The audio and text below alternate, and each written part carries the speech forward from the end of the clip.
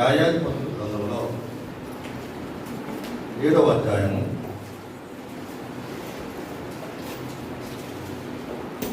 16వ వచనం నుండి 22 వరకు రాయబడిన దేవుని వాక్యాన్ని మనం చదువుతాం. న్యాయాధిపతులు 7వ అధ్యాయము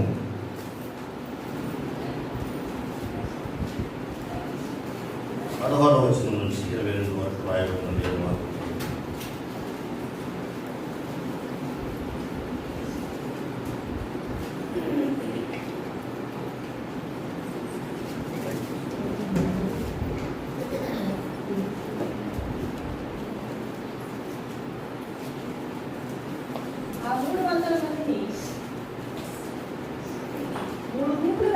ఆ 300 మందిని 3 గుంపులుగా చేసి ఊరను కుండను ఆ కుండలలో దివిటీలను ప్రతి వారి చేతికిచ్చి వారితో ఇట్లా నన్ను చూచి నేను చేయనట్లు చేయుడి. ఇదిగో నేను వారి దండు పట్టుకొనకపోవచ్చున్నాను. నేను చేయనట్లు మీరు చేయవలను. నేను నాతో ఉన్న వారందరూ ఊరలను ఊదినప్పుడు మీరును దండుపాలెం అంతటి చుట్టూ ఊరలను ఊదుచు యెహోవాకును గిద్యోనుకును విజయం అని కేకలు వేయవలనని చెప్పారు. అట్లు నడిజాము మొదటి కావలి వారు ఉంచబడగానే గిద్యోను అతనితో ఉన్నటువంటి 100 మంది దండుపాలెము కొట్టకొనకు పోయి ఊరలను ఊది తమ చేతులలో ఉన్న కుండలను పగలగొట్టారు. అట్లు ఆ 3 గుంపుల వారు ఊరలను ఊదుచు ఆ కుండలను పగలగొట్టి ఎడమ చేతులలో దివిటీలను కుడి చేతిలో ఊదుటకు పూరలను పట్టుకొని యెహోవా ఖడ్గము గిద్యోను ఖడ్గము అని కేకలు వేసిరి. వారిలో ప్రతి వాడును తన చోటున దండు చుట్టూ నిలిచి ఉండగా వారందరూ పరిగెత్తుచు కేకలు వేయచ్చు పారిపోయింది. ఆ 300 మంది బూరలు ఊదినప్పుడు యెహోవా దండంతటిలోను ప్రతి వారి ఖడ్గము వారి పొరుగు వారి మీదికి తిప్పాడు. దండు శరీరాతు వైపునున్న వేర్చిత్త వరకు తపాతునున్న ఆబెల్మెహోలా తీరం వరకు పారిపోగా దేవుని స్తోత్రం. హల్లెలూయా. చిన్న ప్రార్థన చేస్తున్నాం. దేవుడు మనతోటి మాట్లాడడానికి మనం ప్రార్థన చేద్దాం. మధ్యాహ్న కాలంలో విద్యోను గురించి నేను మీకు జ్ఞాపకం చేస్తూ ఉన్నాను. విద్యోను గురించి జ్ఞాపకం చేసుకుంటే అనేకమైన సంగతులు దేవుడు మనతో మాట్లాడబోతున్నాడు. అందరు కళ్ళు మూసుకుంటే ప్రార్థించి ప్రభాని స్తోత్రం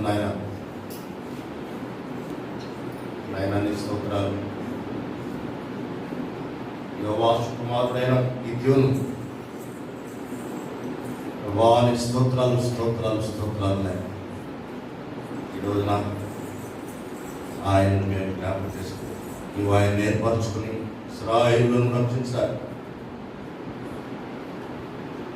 సముద్రపు ఇసురేణువుల కంటే ఎక్కువగా ఉన్నట్టుగా కనబడినటువంటి ఆ సైన్యం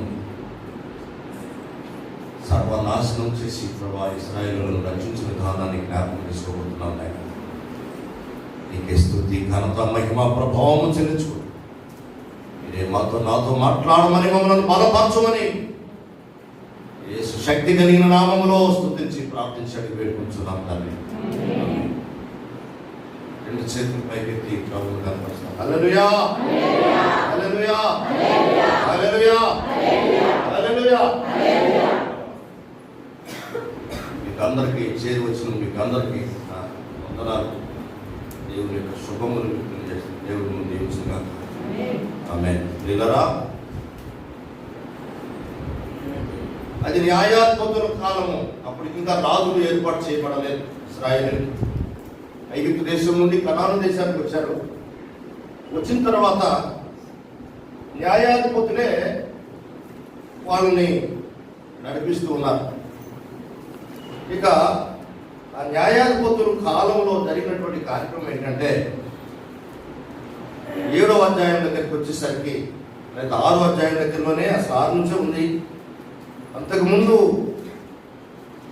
ఇశ్రాయేలీయులు ఆ ప్రాంతంలో జీవిస్తూ ఉంటుండగా వీళ్ళకి రాజు లేడు కాబట్టి, వీళ్ళ దగ్గర సంపద బాగుంది కనుక, మన దేశపు పంటలు బాగా పడుతాయి కనుక వీళ్ళరా ఆ దేశంలో చెట్టు అయినా సరే, ఒక చెట్టు ఉంటే చాలు ₹1,00,000 ఉన్నట్టే లెక్క. అంత గొప్ప ఆస్తిమంతులు వాళ్ళు. ఇశ్రాయేలీయులు అంటే ప్రపంచంలో ఉన్న ప్రతి దేశం వారికి కూడా అసూయ ఒకటి. కారణం ఏంటంటే ఇశ్రాయేలీయులలో వారు మనుషులే అసలు శ్రేష్టమైన అందగాడు, అందమైన మనుషులు, తెలివి కలిగిన మనుషులు, దేవుని కలిగిన మనుషులు, దేవుని ప్రజలు వాళ్ళు. దేవుడు వారి పక్షాల నుండి అనేకమైన కార్యాలు చేస్తూ ఉంటాడు. వారి భూమిలో ఒక విత్తనం వేస్తే 100 ఫలం ఇచ్చేటువంటి భూమి. ఆ నీళ్లు సారవంతమైనటువంటి నీళ్లు. అందుకని ఇశ్రాయేలు మీ దగ్గర చిన్న దేశమైనప్పటికీ కూడా వాళ్ళని సర్వనాశనం చేయాలని ఇతరులు కోరుకుంటూ ఉంటారు. న్యాయాధిపతుల కాలంలో, గిద్యోను కాలంలో జరిగినటువంటి కార్యక్రమాల గురించి అనేక సార్లు ఎన్నో జరిగింది. కానీ ఇప్పుడు మనం నేర్చుకోబోతున్నటువంటి ఈ కార్యక్రమాల గురించి మనం ఇది మాత్రం నేను జ్ఞాపకం చేయాలని చూస్తున్నాను. గిద్యోను కూడా ఒక మామూలు మనిషి. ఆయన మనుష్య గోత్రీకుడని రాయబడి ఉంది. ఎక్కడంటే 6వ అధ్యాయం 11, 15 వచనం, తర్వాత 8వ అధ్యాయం 6వ వచనం, 18వ వచనం. వచనాలన్నీ కూడా మీరు గమనించగలిగినట్లయితే అక్కడ ఉన్నాయి. ఈయన యోవాషు కొడుకు అనే సంగతి కూడా మనకి ఇక్కడ దేవుడు వాక్యంలో రాయబడినటువంటి కార్యక్రమాలు ఉన్నాయి. గిద్యోను అంటే ఏంటంటే అర్థం పడద్రోయువాడు, లేకపోతే పోయేవాడు అని అర్థం. అర్థం మంచిదే, కానీ ఒక మామూలు కుర్రోడు, మామూలుగా పనిచేసుకునేటువంటి ఒక రైతు కొడుకు, చాలా బలం కలిగినటువంటి మంచి మనిషి, దేవునికి మొరపెడుతూ ఉండేటువంటి వాడు, ప్రార్థన చేసే వ్యక్తి. యోవాషు కూడా దేవుని ఎందుకు విశ్వాసం కలిగినటువంటి మనిషి ఆయన.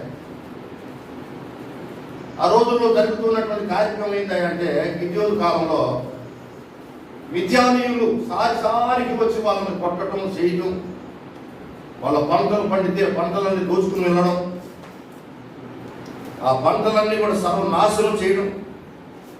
చూడండి, ఇక్కడ మీరు 2వ వచనంలో 3వ వచనంలో ఉంది. ఇక్కడ 6వ అధ్యాయంలో ఇశ్రాయేలీయులు విత్తనములు విత్తిన తర్వాత మిద్యానీయులు, అమాలేకులు తూర్పు నుండి వారును వచ్చి తమ పశువులను గుడారములను తీసుకుని విడతల దండం విస్తారముగా వాళ్ళ మీదకి వచ్చి వారి ఎదురు దిగి, గాజా దాకా మనదే కదా ఇశ్రాయేల్ దేశమే, ఇశ్రాయేల్ దేశం అంతా పొలాలన్నీ సర్వనాశనం చేసి, భూమి పంటను పాడు చేసి, ఒక గొర్రెనే గాని, ఎద్దునే గాని, గాడిదనే గాని, ఇశ్రాయేలీయుల యొక్క జీవన సాధమైన మరి దేనినే గాని ఇశ్రాయేలును కొండనేదంట. వాళ్ళు అంత భయంకరమైనటువంటి పరిస్థితులు జరుగుతూ ఉన్న కాలంలో గిద్యోను జీవిస్తూ ఉన్నాడు, వేదనతో ఉన్నాడు. ఏం ప్రభా, ఇంత దూరం మేము ఎక్కడున్నో కనాను దేశంలోని ఐగుప్తు దేశంలో ఉన్నటువంటి మమ్మల్ని తీసుకుని వచ్చి పెట్టి ఈ విధంగా నాశనం అయిపోతా ఉంటే చూస్తా ఉన్నాం ప్రభా, బాధపడతా పనులు చేసుకుంటా జీవిస్తూ ఉన్నాడు. దేవుని బిడ్డలారా, ఒక రోజున కొన్ని ఎవరు గోధుమలు అతను మీరు ఆ 7వ అధ్యాయంలో కనుక చూసినట్లయితే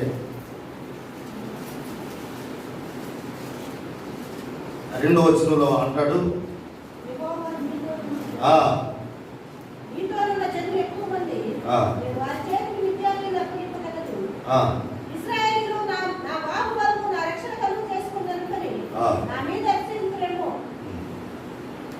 ఇక్కడ మీరు 11వ వచనం చదవాలి. 6వ అధ్యాయంలో యోవాషు కలిగిన ఒఫ్రాలోని మస్తకి వృక్షం కింద కూర్చుని ఉన్నాడు. ఎవరు? యెహోవా దూత. ఒక రోజున గిద్యోను ఏం చేస్తా ఉన్నాడు ఆ టైంలో చూడండి. గాను చాటున గోధుమలను మరుగై ఉన్నట్లుగా, విద్యానీయులకు మరుగై ఉన్నట్లుగా గాను చాటున గోధుమలను తొల్లగొట్టుకుంటూ ఉన్నాడు. దేవదూత వచ్చి ముందే వచ్చి అక్కడ కూర్చొని ఉన్నాడు కళ్ళం దగ్గర, మస్తకి వృక్షం దగ్గర. ఈ మస్తకి వృక్షము వాళ్ళ నాన్నగారు వేసిందో మరి వాళ్ళ తాతగారు వేసిందో మాకు తెలియదు, కానీ ఆ వృక్షం దగ్గర యోవాషు కుమారుడు అయినటువంటి ఈ గిద్యోను తొల్లగొట్టుకుంటే, ఈ తొల్లగొట్టుకున్న 2 మానికలు 3 మానికలు వీటిని కూడా తీసుకుని పోవడానికి కూడా విద్యానీయులు ఎక్కడొస్తారో ఎక్కడితో కనపడతారని చెప్పి దొంగతనంగా వాటిని రాదుకుంటూ ఉన్నాడు పిల్లలు. ఆ టైంలో దేవదూత వచ్చి ఎవరి పరాక్రమం కలిగిన బలాఢ్యుడా అని కేక వేసేసి యెహోవా నీకు తోడై ఉన్నాడు అనేసరికి వెంటనే లేచి దేవదూతను చూశాడు. చూసి పాపం ఆశ్చర్యపోయి ఏం క్షేమంగా ఉన్నాము, ఏం తోడుకున్నాడు దేవుడు మాకు తోడు, ఇట్లా మేము నాశనైపోతా ఉన్నాం కదా, ఎట్లా ఇదేంటి మాకు పరిస్థితి అని చెప్పినని కొంచెం బాధపడితే అక్కడ అంతా చాలా విషయాలు జరిగినాయి. అన్నీ నేను చెప్పడానికి టైం లేదు. ఇక అక్కడ గిద్యోను ఆయనకి ఆ దేవదూతకి నువ్వు ఇక్కడే ఉండు, నేను ఇంటికి పోయి ఒక మేకపిల్లని మాంసము ఉండి కొన్ని భక్ష్యములను పొంగని భక్ష్యములను తెచ్చి పెద్ద గంప నిండా తెచ్చి పెడతాను, వాటిని నువ్వు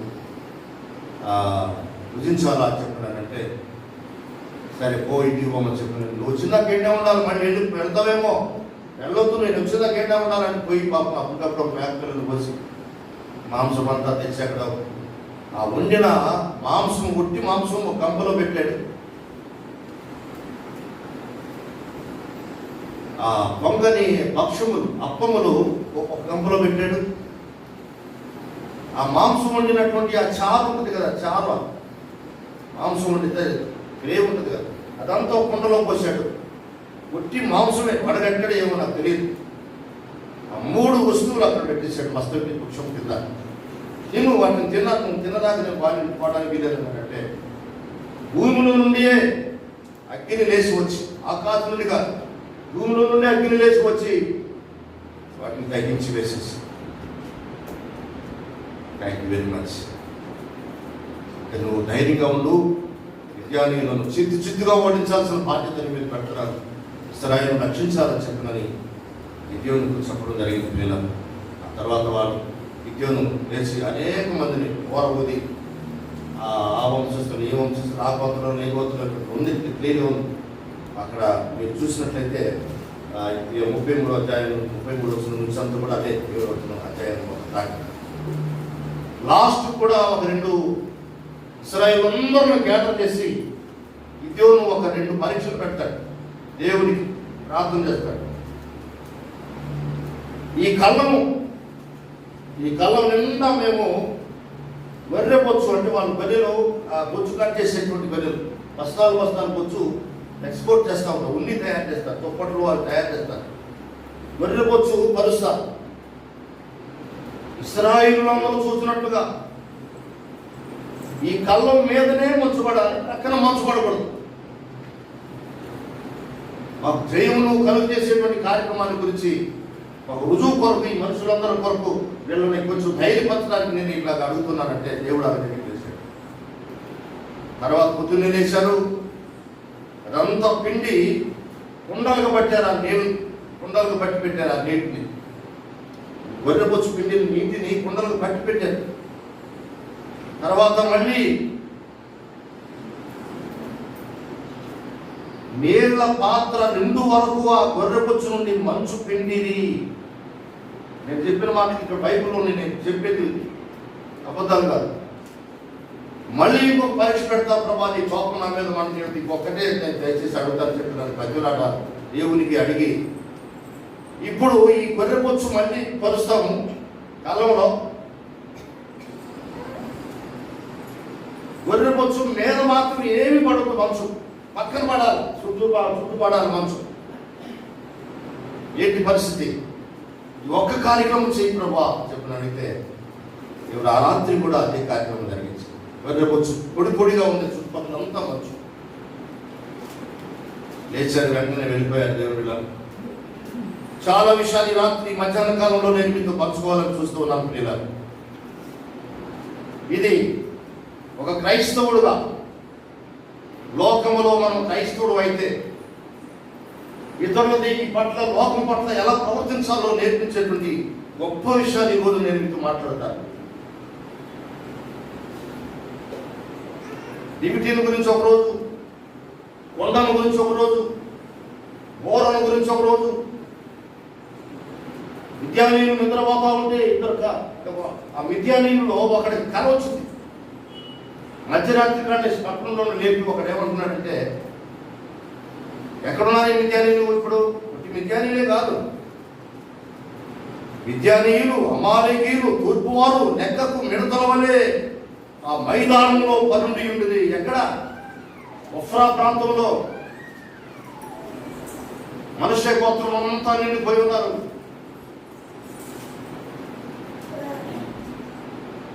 దేవుని బిడ్డలారా, ఇశ్రాయేల్ దేశాన్ని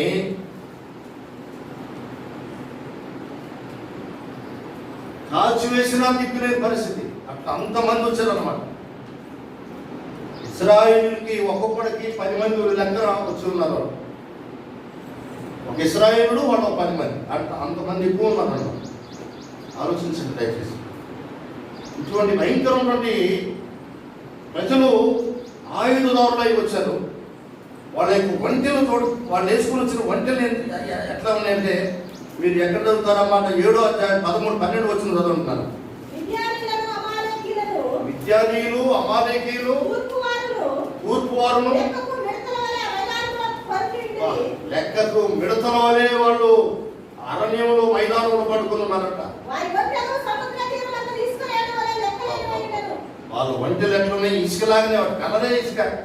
నల్ల ఒంటెలు కూడా ఉంటాయి, నల్ల ఒంటెలు ఉంటాయి, బ్రౌన్ కలర్లో ఉంటాయి ఒంటెలు, ఇసుక కలర్లో ఉంటాయి, తెల్ల ఒంటెలు ఉంటాయి.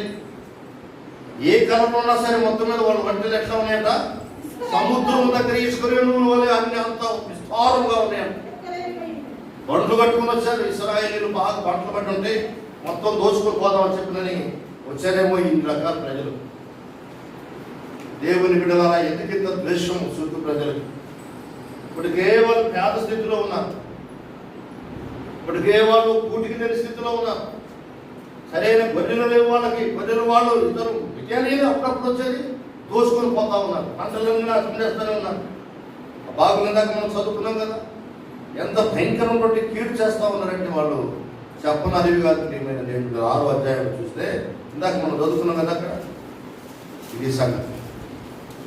ఏముందని వాళ్ళు ఇంత దూరం వచ్చేస్తా ఉన్నారు. ప్రియమైన దేవుని బిడ్డ, మనం దేవుడు చనిపోయిన వారిని బ్రతికించేది. ఫెయిల్ అయిపోయి 2 కిడ్నీలు పనికిరావు, ఇంకా కొద్ది రోజులే బ్రతుకుతాడని చెప్పిన బతికించే దేవుడు మన దేవుడు. ఎన్ని వేల మంది బాగుపడుతూనే ఉన్నారు ఈ రోజు వరకు కూడా. ఇటువంటి మహాదేవుని నమ్మరు. దేవుని బిడ్డలైనటువంటి ఇశ్రాయేలులను నాశనం చేయాలా? వాడు బ్రతకూడదు అసలు. సాతానుకి ఎక్కడ లేని అక్కసు ఇశ్రాయేలు అంటే దేవుని ప్రజలంటే. నీవైనా నేనైనా లోకంలో ఇంతకాలం జీవిస్తూ ఉన్నాము క్రైస్తవుడుగా అంటే దేవుని కృప లేకుండా నీవు నేను మన ఉద్యోగంతో జీవించలేదండి. మంచి ఉద్యోగం కాబట్టి ఒకవేళ వరలక్ష్మమ్మ అనుకోవచ్చు, చిన్న కంపెనీలే, కూడా కంపెనీలో 2 పిల్లలు, ఆడపిల్లలు ఉద్యోగం చేస్తారు. నా కుమారుడు కూడా ఈ మధ్య చేస్తున్నాడు ఉద్యోగాన్ని. మాకేం పర్లేదు, క్షేమంగా ఉద్యోగం మమ్మల్ని క్షేమంగా చూసేది. డబ్బు కాదు, బంగారం కాదు, ఇల్లులు కాదు, చర్చిలు కాదు. ప్రభు చిత్తమైతే ఎన్నో విషయాలు. దేనిని నమ్ముకుని ఎవడు చెడిపోయాడో, దేనిని నమ్ముకుని ఎవడు బాగుపడ్డాడో ఒక 20-30 నిమిషాలు ఒక ప్రసంగం నేను తయారు చేస్తాను, చేసుకుని ఉన్నాను రెడీగా. ఒకరోజు చెప్తాను మీకు ప్రభు చిత్తమైతే. నేను బైబిల్లో ఆధారం తీసుకున్నాను. దేవుని యొక్క మహిమ కనుక మనకు ఉంటే లోకంలో మనం వెలుగులాగా కనపడతాం. వెలుగు సంబంధులు మనం. మత్తయి సువార్త 5వ అధ్యాయం 16వ వచనం చదవండి.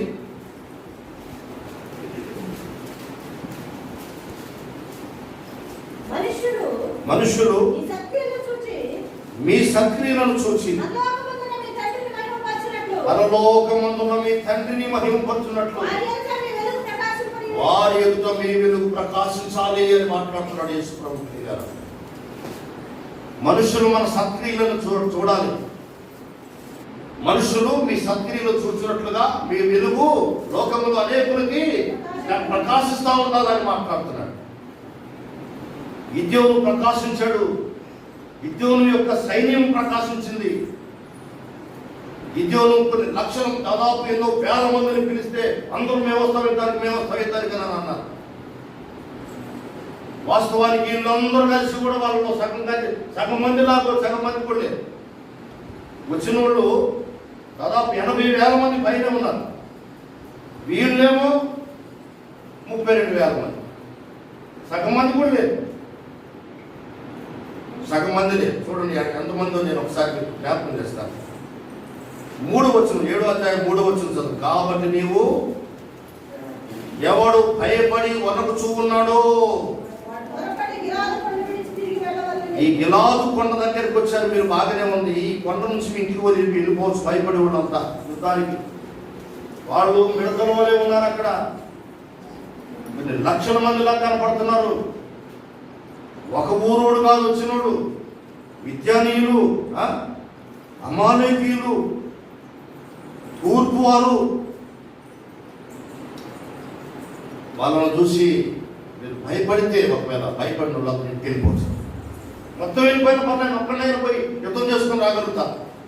మీ ఇష్టం, ఎవడు భయపడతాడు వెళ్ళిపోండి రా అని చెప్పి అనగానే అప్పుడు జనుల నుండి 22,000 మంది తిరిగి వెళ్ళిపోయారంటండి. యుద్ధానికి వచ్చిన వాళ్ళు, యుద్ధం చేస్తాను వచ్చిన వాళ్ళు యుద్ధ భూమి కాడికిపోయేసరికి దగ్గరికి వచ్చేసరికి ఇంకొక మైలు దూరం కూడా లేదు. ఒక 1/2 మైలు దూరం ఉంటుందేమో. మొత్తం 22,000 మంది ఇంటికి వెళ్ళిపోతే ఇంకెంతమంది ఉన్నారు?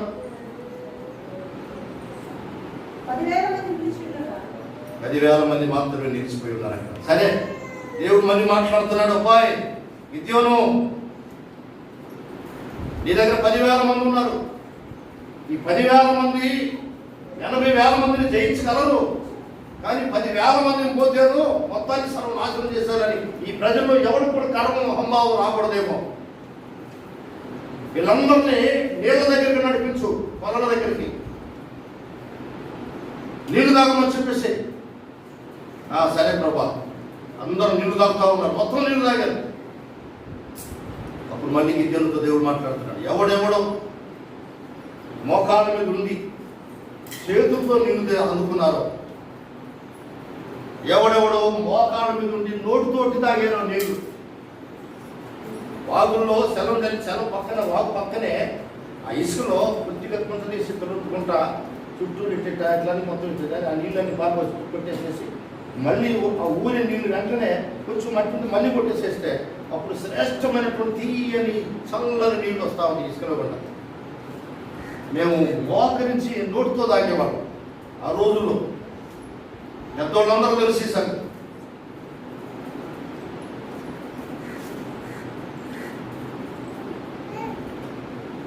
చేతితో మోకాల మీద ఉండాల్సిన అందరూ ఎవడైనా నోటితో అందుకొని కుక్క కక్కినట్టు కక్కిన వాళ్ళు ఎంతమంది, చేతితో తీసుకొని తాగిన వాళ్ళు ఎంతమంది అని అంటే, చేతితో తీసుకొని తాగిన వాళ్ళు 300 మంది చేయలేదు. నోటితోనే తాగిన వాళ్ళు, సీట్ సహాయం లేకుండా నోటితోనే తాగిన వాళ్ళు ఎంతమంది? 9,700 మంది ఆ విధంగా నోటితో తాగారు. మిగిలిన వాళ్ళు ఎంతమంది? 10,000లో 300 మంది. దేవుని బిడ్డలారా, ఇక్కడ చూడండి, దేవుని యొక్క మహత్తరమైన ఆశ్చర్యమైన కార్యాలు ఇక్కడ జరుగుతూ ఉన్నాయి. ఈ 300 మందిని తీసుకొని యుద్ధం భూమికి వెళ్ళిపో, ఈ కార్యక్రమాలు చేయి. వాళ్ళకి దేవుని యొక్క సన్నిధిలో ఆ 300 తగ్గిన మీరు ఇంటికి కొంటా అవసరం లేదు. మీరు ఎప్పుడెప్పుడు వెళ్ళిపోమంటాడా అని ఎదురుగుతారా? నీళ్ళు కూడా బొమ్మగానే పోతారు. పోయి కూడా ఒకవేళ ఇద్దరికి వచ్చినాడు, మేము పోయేదిలే, సావైతే లాభము, బ్రతుకుంటే క్రీస్తే చెప్పినని నిలబడి వాళ్ళకి తేలుతుంది. ఒకవేళ 9,500 మంది, 9,700 మంది ఎప్పుడెప్పుడు వెళ్ళిపోమని అంటాడని ఎదురు చూస్తున్నారు ఆయన నోటి కొరకు. వెంటనే పారిపోయారు, ఊరికి వెళ్ళిపోయారు, ఇంటికి వెళ్ళిపోయారు.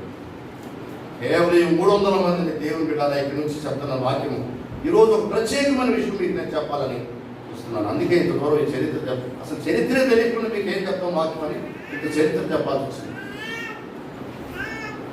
ఎలాంటి కార్యక్రమాలు చేసుకుంటూ వచ్చాడో విద్యను కొన్ని విషయాలు నేను మీకు జ్ఞాపకం చేస్తాను. చూడండి, అక్కడ వాళ్ళని ప్రత్యేకపరిచాడు. ప్రత్యేకపరిచింది ఎవరెవరిని? ముందేమో 22,000 మంది వెళ్ళిపోయారా, తర్వాత మళ్ళీ 9,700 మంది వెళ్ళిపోయారా. అట్లా ప్రత్యేకపరుచుకుంటూ వస్తూ ఉంటే ఆఖరికి మిగిలినటువంటి ఈ 300 మందితోటి ప్రత్యేకమైనటువంటి కార్యక్రమం జరిగిస్తూ ఉంటున్నాడు. పిరికి వారిని ఫస్ట్లోనే పంపించేసేసాడు, ప్రత్యేకపరిచాడు. రెండో విషయము, జాగ్రత్త లేనటువంటి వారిని వాళ్ళను కూడా పంపించేశాడు ఇంటికి. జాగ్రత్త లేనటువంటి వాళ్ళు అంటే నీళ్లు తాగుతూ ఉంటే సడన్గా ఒకవేళ వాళ్ళు వచ్చి బయలుపడితే ఏంటి పరిస్థితి?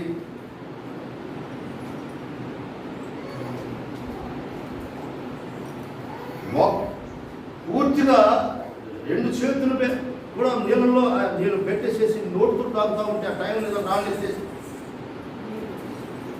దోస్తూ చేతి కలుపుకొని తాగేటువంటి అప్రమత్తతగా ఉన్నటువంటి వాడు మాత్రమే కావాలి. ఇక్కడ ప్రత్యేకత అనేటువంటి కార్యక్రమాన్ని గురించి ఇక్కడ మన దేవుడు జ్ఞాపకం చేస్తున్నాడు. నీవు లోకములో నుంచి ప్రత్యేకించబడాలి సహోదరి సహోదరుడా. నీ బంధువులలో నుండి, నీ రక్త సంబంధులలో నుండి ప్రత్యేకత మనకు కావాలి. ప్రత్యేకత లేని ఎడల అన్ఫిట్ ఫర్ ది క్రిస్టియానిటీ, అంతే. క్రైస్తవుడుగా కూడా ఉండడానికి లేదంతే, అనవసరం. వీళ్ళరా సాక్ష్యము మనకు కావాలి. నీవు ప్రత్యేకించబడాలి, లేకపోతే you are unfit in any angles in Christianity, అంతే. ప్రత్యేకత జరిగింది అక్కడ. 6వ అధ్యాయం 2 కొరింథీ పత్రిక 14వ అధ్యాయం నుంచి 17 దాకా చదవండి. ఈరోజు సాయంత్రం దాకా వాక్యం చెప్పేస్తాను ఉంటాయి. కనీసం కొన్ని విషయాలు నేర్చుకోవాలి మనం. దయచేసి బాగా చదవాలి.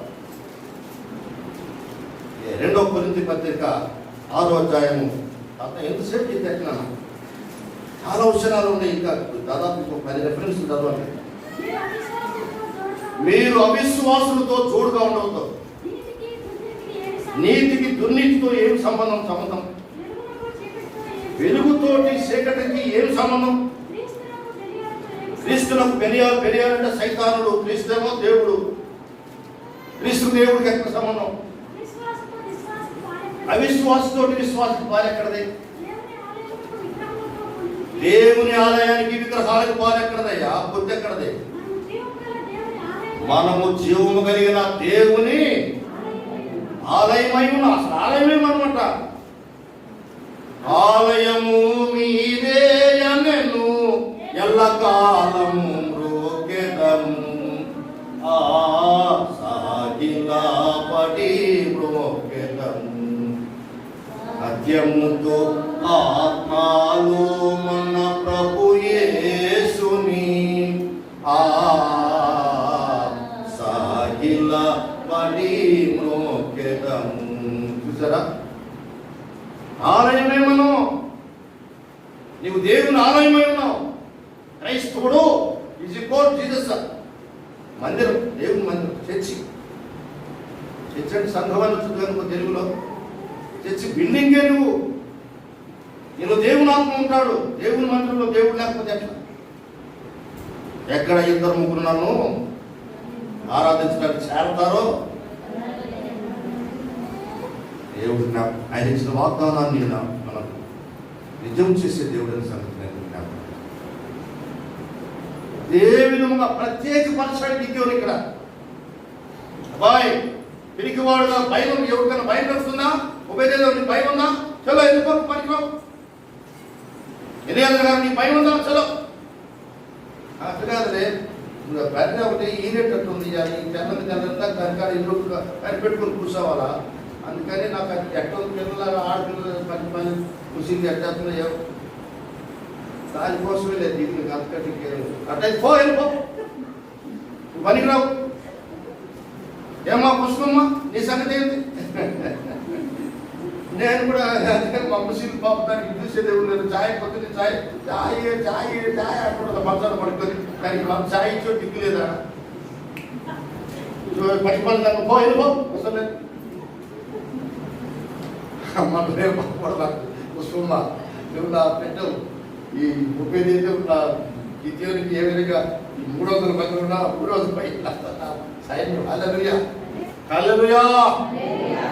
పిరికి వారు, జాగ్రత్త లేని వారు, జాగ్రత్త పడకపోతే క్రైస్తవుడుగా యుద్ధం చేయడానికి పనికిరావు. యుద్ధం ఇది, భూమి మీద మీకు ఇది యుద్ధ కాలం కాదా అని అంటాడు యువభక్తుడు. యుద్ధమయ్యా ఇది. ఏమనుకుంటాం, క్రైస్తవుడు యుద్ధం చేస్తానే ఉండాల్సింది ప్రతిరోజు. మరి యుద్ధమే, యుద్ధమేనండి ఇది, యుద్ధమే. నేను నా జీవితంలో ఎన్నో యుద్ధాలు ఎదుర్కొన్నాను, ఎన్నో యుద్ధాలు ఎదుర్కొన్నాను. విశ్వవాణిలో 3 ఏళ్ళు పనిచేసిన తర్వాత విశ్వవాణి ఆఫీస్ తీసుకుని పోయి విజయవాడలో అక్కడక్కడక్కడ జంస్తారు శాంతి పారేసేసి ఇక్కడ లేదని చెప్తాను. అప్పుడు నేను ఒక్కనే మిగిలిపోయి నేను రాకపోవడం ఎప్పుడుతో రాకపోవడం గర్భాతిలో దేశంలో తిరుగుతాం హైదరాబాద్ అంటే పిల్లలు తీసుకుని బాపట్లో పెట్టేశారు. ఏంటి పరిస్థితి అని చెప్పారంటే ఒక్కనే ఉన్నాను. అప్పుడు దేవుడు మాట్లాడుతున్నాడు. చాలా వెంటనే ఒక ఆయన మోటార్ సైకిల్ తీసుకుని వచ్చాడు. ఒక అమెరికా దొరగారు, కెనడా ఆయన, విశ్వవాణి స్థాపించినటువంటి వాడు. ఎక్కుతున్నట్లే ఇంకా నేనే స్థాపించలేదు. పాత్రలేదు ఒక చర్చలో ఎలా ట్రైనింగ్ లేదు, మోటార్ సైకిల్ బ్రహ్మాండమైన అనుభవాలు ఎక్కువ లేవు. అంతా 3 ఏళ్ళు సువార్త పట్టిస్తూనే ఉండాలి. నా ఆదివారం పోయి అక్కడ చర్చలు విశ్వవాణి ఆఫీసులో పనిచేస్తూ కూడా అక్కడ పోయి వాకింగ్ చెప్పేవాడిని. సరే అది అంతకుముందు కూడా మా ఊళ్ళో నేను మా నాన్నగారు లేనప్పుడు, మా నాన్నగారు ఉన్నప్పుడు 5 కొడుకులు కాబట్టి 5 గ్రామాలు పోయి పెళ్ళిళ్ళు వాకింగ్ చెప్తా ఉండేవాళ్ళు. నాకు బాగుంది. సేవ దేవుడు అప్పగించిన తర్వాత ఎటువంటి అద్భుతాలు అక్కడ చేస్తున్నట్టు చెప్పలేదు. అయ్యా బాంగల్సిందయ్యా అని వచ్చింది ఒక వాకింగ్ చెప్తా ఉన్నా. ఇట్లా చర్చిలో వేడని బయట పెట్టా ఆవరణం నైట్ పూట వాకింగ్ చెప్తా ఉన్నా. టైంలో అయ్యా బాంగల్సిందయ్యా అని అంటారు. కూర్చోమ్మా, కూర్చో, అక్కడ కూర్చో, నీకు సరిపోతే నేను బ్రతికిస్తా, కూర్చో అన్నాను. కూర్చుంది బాబు. వాక్యం అయిపోయి ప్రార్థన అయిపోయి అందరు చేసి రమ్మన్నా ప్రార్థన చెప్తారా ఎక్కడ ఏడగలిసింది కూడా తెలియదు. ఇందాక తగ్గిపోయిందయ్యా. ఇటువంటి అద్భుతాలు లక్ష్యం జరిగినాయి. ప్రియమైన దేవుని బిడ్డలారా, ఎంతో మందికి మనం ఎదవుల్లా కనపడతాం. పనికి నేను ఆఖరిగా జీప్ ఒకటి మా బావగారు అప్పుడు ప్రాజెక్ట్ ఆఫీసర్ అయితే ఆయన జీప్ వేసుకుని వచ్చాడు. ఆయనకు ఒక జీపు, ఒక పనివాడు ఉంటాడు ఎప్పుడు డ్రైవర్. ఆ జీపులో సామాన్ వేసుకొని కొంత సామాను అక్కడ నుంచి మళ్ళీ విజయవాడ పోయి ఒక 6 నెలలు అక్కడ రాసి వచ్చింది. ఆరాటమూర్తి గారి దగ్గర ఆయన బతిలాడుతున్న ఒకటి ఏమైనా అయ్యాను రావాలి, అయ్యాను రావాలి. వ్యవసాయం బ్రతుకున్నాడు కాబట్టి అడిగాను. వ్యవసాయం బ్రతులు 500 ఇచ్చిపోయాడు ఖర్చులకి. ఆయన చస్తున్నాడు, లేకపోతే ఆయన బట్టి బతికినట్టు వచ్చేసే తొందరగా ఈడే వీడితో గోడు పెట్టుకుని ఉన్నాడు. నేను వస్తుంటే జనం అంతా ఏడుసారంటే చెప్పనాలి. గోడపడ తెచ్చింది గోడపడ తెలుసా ఎర్రగడ్డ మాకే తెలుసు. మొత్తం ఎర్రగడ్డ అనేది ఇద్దాము. మీకేం పని, మీరు ఎందుకు పోతారని విషయం చెప్తున్నా. EGM church, Christ Gospel Mission అని ఒక చర్చ్ ఉంది. 40-50 మంది స్త్రీలు పురుషులు నన్ను పట్టుకుని ఒకటి ఏడ్చారు. దిగులారా ఓ అబ్బాయి నా లైఫ్ అంతా సాక్ష్యము, నా లైఫ్ అంతా చాలనుకునే, నా లైఫ్ అంతా త్యాగమే, నా లైఫ్ అంతా అవమానమే, నా లైఫ్ అంతా తృణీకరమే. No problem. చెడియను బెదరను నా యేసు నాతోనుండగా, పర్వతాలు తొలగినను మేకలు తత్తరిల్లినను, నా కృప నిన్ను విడిపోదు, నా నిబంధన తొలగాదు, నీ నిజ సమాధానములే నన్ను నడిపించు.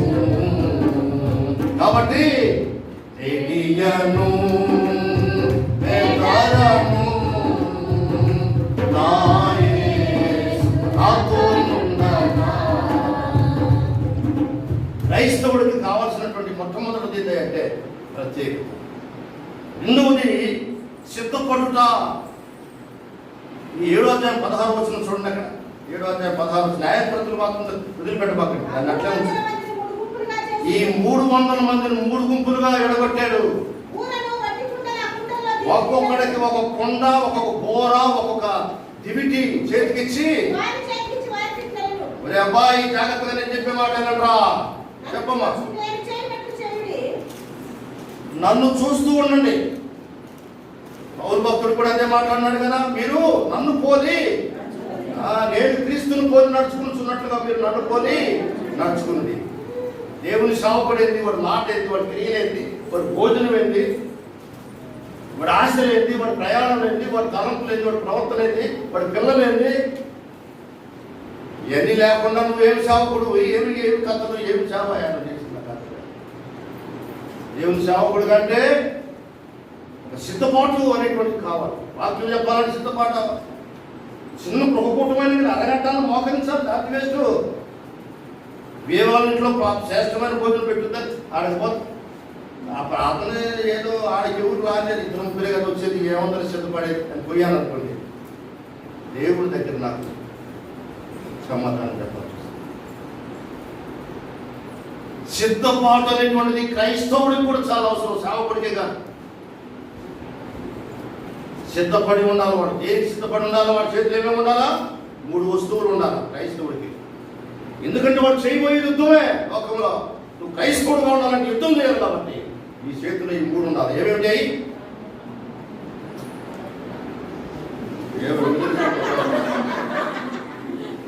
ఏంటి నువ్వు చెప్పరాదు, నేను చెప్తాను. ప్రియమైన దేవుడి విషయాలా ఏంటమ్మా ఆయన ఏం చేతి వాళ్ళకి చెప్తే, ఒకటేమో కూర, ఒకటేమో ఉండ, ఇంకొకటి ఈ వాళ్ళ ఆయుధాలు, అయ్యే వాళ్ళ ఆయుధాలు. ఈ కూర, కుండ, ఈ దివిటీని గురించి ఒక ఆదివారం చెప్తే కానీ మీకు బాగా ఒక ఆదివారం అంతా ప్రస్తుకున్నారు. అది వద్దులేదు, చాలా ఉన్నాయి ఇక్కడ 5-6. గిద్యోను గురించి కనీసం 4 ఆదివారాలు చెప్పాలి. టైమే లైట్గా ఒక విషయం చెప్పేస్తాను. బోర అనేటువంటిది ఏంటంటే సువార్తకు సాదృశ్యంగా ఉంది. ఈ సువార్త ప్రకటించేటువంటి దానికి సాదృశ్యం. సాక్ష్యపు జీవితం. రెండోది ఇంకొకటి ఏంటి? కొండ. మనం ఒట్టివారం మట్టివారం అనేటువంటిది తగ్గింపు అనే సంగతిని జ్ఞాపకం చేస్తాము. వాటికి టంటేనే పగిలిపోదు. పెన్సిల్ తీసుకొని టంటేనేమో మంచి సౌండ్ వచ్చి, పెన్న తీసుకొని కొడితేనేమో కొద్దిగా కొట్టలు. రాయి తీసుకుని కొడితే అంతవరకు గొప్పపడుతూ లేక మొత్తం దేవుని నీలరా. తర్వాత ఇంకోటి ఏంటంటే ఇంకోటి ఏంటి అక్కడ? దివిటి, వెలుగు, దేవుని వెలుగు, జీవము, అగ్ని, పవరు, పరిశుద్ధాత్మ శక్తి, వెలుగు. నువ్వు నడుస్తుంటేనే చీకటి పారిపోతా ఉండాలా. అడుగుల్లో కూడా పోతా ఉంటే అడుగుల్లో కూడా చీకటి పారిపోతా ఉండాలి. నిశ్చయమా నీవు అడుగుపెట్టు స్థలంలో నేను తీరుతాను. ఏంటంటే నువ్వు అడుగుపెట్టిన ప్రతి స్థలంలో వెలుగుండాలి. చాలు తీరాలి, అంతకంటే ఎక్కువ చెప్పడానికి ఏం లేదు. ఈ మనుషులకి సిద్ధపాటు ఇవ్వబడింది. ఇక్కడ సిద్ధపాటు 3 గుంపులుగా చేసి వాళ్ళందరికీ ఇచ్చి చెప్తూ ఉన్నాడు, అయ్యా మీరు నేను చెప్పే మాత్రం మీరు కలిసి దయచేసి జాగ్రత్త కొలుచుకుంటారు. ఏంటంటే నన్ను చూసి మీరు నేను చేసినట్లు చేయాలి, నేను చేయనట్లు మీరు చేయాలనే మాట 2-3 సార్లు వాడాడు. అక్కడ 18 వచ్చింది చదవమ్మా. నేను నాతో ఉన్న వారందరూ బోరలు ఊదినప్పుడు మీరు దండుపాలెం అందరి చుట్టూ బోరలు ఊదినప్పుడు అసలు చెప్పింది ఏంటి కదా? యెహోవాకును గిద్యోనుకును విజయం అని చెప్పండి అని అన్నాడు. 100 మంది ఒకేసాట, 100 మంది ఒకేసాట, 100 మంది ఒకేసాట ఉండలేదు. చుట్టూ వ్యాపించారు. కనీసం ఎంత దూరమో ఇక్కడొకడు, ఆడొకడు, వెనకేమి కనపట్లేదు. కారు చీకటి, దివికి మాత్రం వెలుగుతా ఉంది, కింద ఉన్నోడు కూడా కనపట్లేదు. కొండలో బాగా అక్కడ పోయిన తర్వాత బోరలు ఊది కొండలు డమ్ అని ఒకసారి పగపట్టండి. నిద్రపోతా ఉన్నారు, అర్ధరాత్రి సమయం అది. ఇంకా తెల్లదాము డ్యూటీ కూడా ఎక్కలేదని ఉంది. ఇందాకే కదా తెల్లదాము డ్యూటీ చేయాల్సినోడు ఇంకా ఎక్కలేదని ఉంది. అక్కడ మొదటి జాము అంటే ఎప్పటి నుంచి? 6 గంటల నుంచి. అంటే 3వ జాము ఎప్పుడు దాకా? ఎప్పటి నుంచి ఎప్పుడు దాకా? 3 నుంచి 6 గంటల దాకా 3వ జాము. అది తెల్లవారుజాము. తెల్లవారు జాములు 3 జాములు రాత్రి పగలు 3 జాములు. జాములకి అంటే ఎన్ని గంటలమ్మా? 3 గంటలు. 6 గంటల నుంచి 9 గంటల దాకా ఒక జాము, 9 నుంచి 12 దాకా ఒక జాము, 12 నుంచి 3 దాకా ఒక జాము, అక్కడి నుంచి మొత్తం 4 జాములు వస్తున్నట్టుంది. 4 జాములు ఉంటుంది. చూసారా?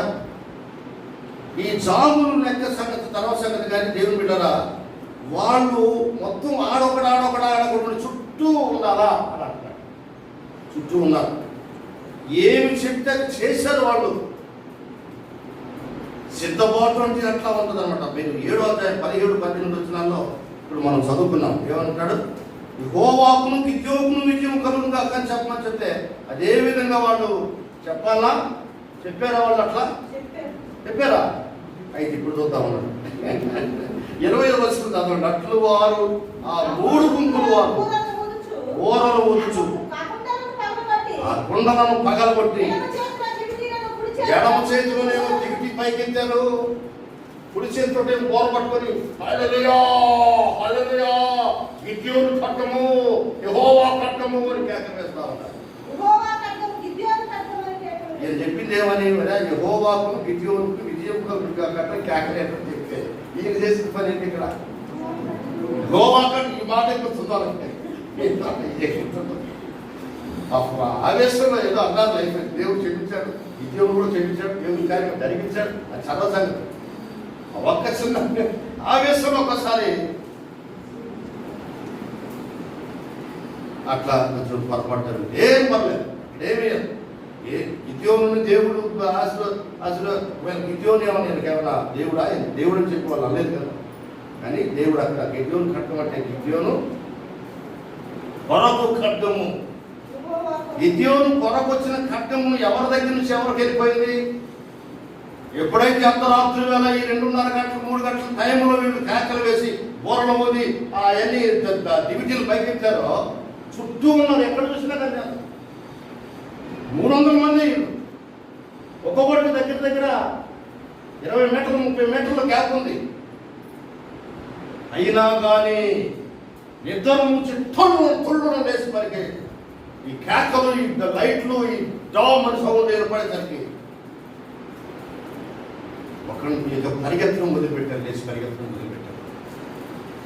వాళ్ళు వెంటనే చూడండి అక్కడ అట్లు ఆ 3 గుంపులు వారు చేతులు వరలో జరిగి వారిలో ప్రతి వారు తన చోటును దండు చుట్టూ నిల్చుండగా ఆ దండు వారందరూ పరిగెత్తుచు కేకలు వేచు పారిపోయి పారిపోత వాళ్ళు చేసిన కార్యక్రమం ఏంటి? ప్రతివాడు తన పొరుగు వాడిని పొడిచేస్తున్నాడు. ఎవరిని పొడుస్తున్నాడు ఎవరికి అర్థం కావట్లేదు. వాళ్ళే పొడుచుకొని చచ్చారు. నీవు త్రవ్విన గుంటలో నీవే, ఎవడి కోసమో అనుకుంటుంది అవి తెలియకుంటూ నువ్వే. వారు త్రవ్విన గుంట వారే. అభ్యంతరములు కలగక మానవో సహోదరుడా, అవి ఎవరి వలన కలుగును వానికి శ్రమని బైబిల్ గ్రంథం చెప్తుంది. నీతిమంతుడు సింహం వల్ల ధైర్యంగా ఉంది. ఈ మాటలు నేను దేవుని వాక్యమును అనుసరించి అనుభవించి ప్రకటన చేస్తున్నాను తప్ప మామూలుగా చెప్పడం కాదు. సంఘం నీవు వెలుగుతూ ప్రకాశిస్తున్నట్లయితే, సిద్ధపడినట్లయితే, ప్రత్యేకించబడినట్లయితే నీవు సింహం వల్ల ధైర్యంగా ఉంది. వాడి కత్తితో వాడే ఇంకొకరిని పొడిచేది, వాడి ఇంకొకరిని పొడిచేది, వాళ్ళే కొట్టుకుంటారు. వేల మంది పారిపోయారు. చూడండి ఎంత గొప్ప కార్యక్రమం. చూడండి ఐగుప్తీయుల చేతులు, ఐగుప్తీయులు కాదు, ఇక్కడ 23వ వచనం, వాళ్ళంతా పారిపోగా నఫ్తాలి గోత్రములో నుండి ఆషేరు గోత్రములో నుండి పిలిపించబడిన హల్లెలూయా. ఈ 300 మంది అప్పుడు వెంటబడతారు పరిస్థితి. గిద్యోను ఎఫ్రాయిములు మరియు అక్కడ అంతా మొత్తం మీద గిద్యోను చేసిన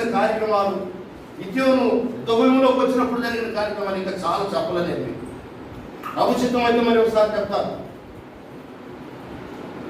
అర్ధరాత్రి వేళ గిద్యోను పోరాడే ఒక కుర్రోని తీసుకొని అరణ్యంలో అది వాళ్ళు పండుకున్న స్థలంలో వీళ్ళిద్దరు వెళ్ళిన సౌండ్ లేకుండా చప్పుడు లేకుండా వెళ్ళారు. వెళుతా ఉంటే ఇద్దరు మాట్లాడుకుంటా ఉన్నారు. గుడారం దగ్గర పడుకుని ఉన్నవాడు.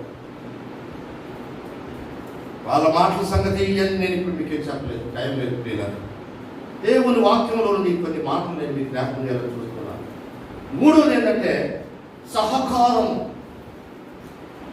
క్రైస్తవుడు సహకరించాల.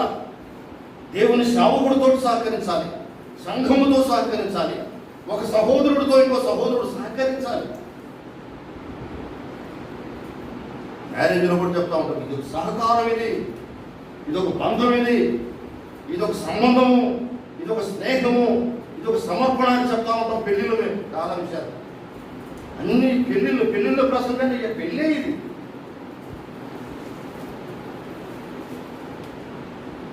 మధ్యాకాశంలో పెళ్లి జరగబోతున్న పెళ్లి కుమారుడితోటి మనమందరం ఒక కన్నిక వల్ల సిద్ధపడబోతూ ఉన్నాం. సహకారము లేకపోతే మనం ఏమి చేయలేమని సంగతి ప్రభు చెప్తున్నాడు. అదే నేను చదివించిన సంగతి 7వ అధ్యాయం 21వ వచనం చూడండి. అక్కడ వారిలో ప్రతి వాడు వాళ్ళ చోట్ల నిలబడి గిద్యోను ఏం చెప్తే చేశాడు. వాళ్ళు అంతే ఆజ్ఞకు లోబడి తూచా తప్పకుండా వాళ్ళు కార్యక్రమం జరిగించారు. విధేయులయ్యారు. దేవుని బిడ్డ ఎన్నిసార్లు వాక్యం వింటా ఉన్నా వెళ్ళిపోతా ఉన్నా బాగానే ఉంది. వాక్యం గుర్తుపెట్టుకుంటున్నా వారం అంతా. పోయిన వారం కాక ముందు వారం నేను ఇక్కడ ఒక ప్రసంగం చేశాను. ఎంతమంది గుర్తుంది? అదే కొడుకు వీకెంటారు. ఏం ప్రసంగం చేశానన్నా ఎవరికైనా గుర్తుందా? లాస్ట్ 2 వారాలు నేనేమి అక్కడ పోయా కావాలని. అక్కడ పరిస్థితులు బాగలేవు. ఎక్కడ ఆర్మీ అవసరం అయితే ఆడికి పోతా ఉన్నారు, తప్పదు కదా.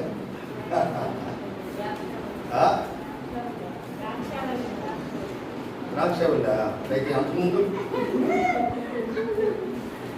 ఇశ్రాయేలీయులలో పాలెంలోనేమో క్షేమము, అక్కడ వెలుగు, అక్కడ ఆరోగ్యము, అక్కడ ఏమీ ఇబ్బంది లేదు.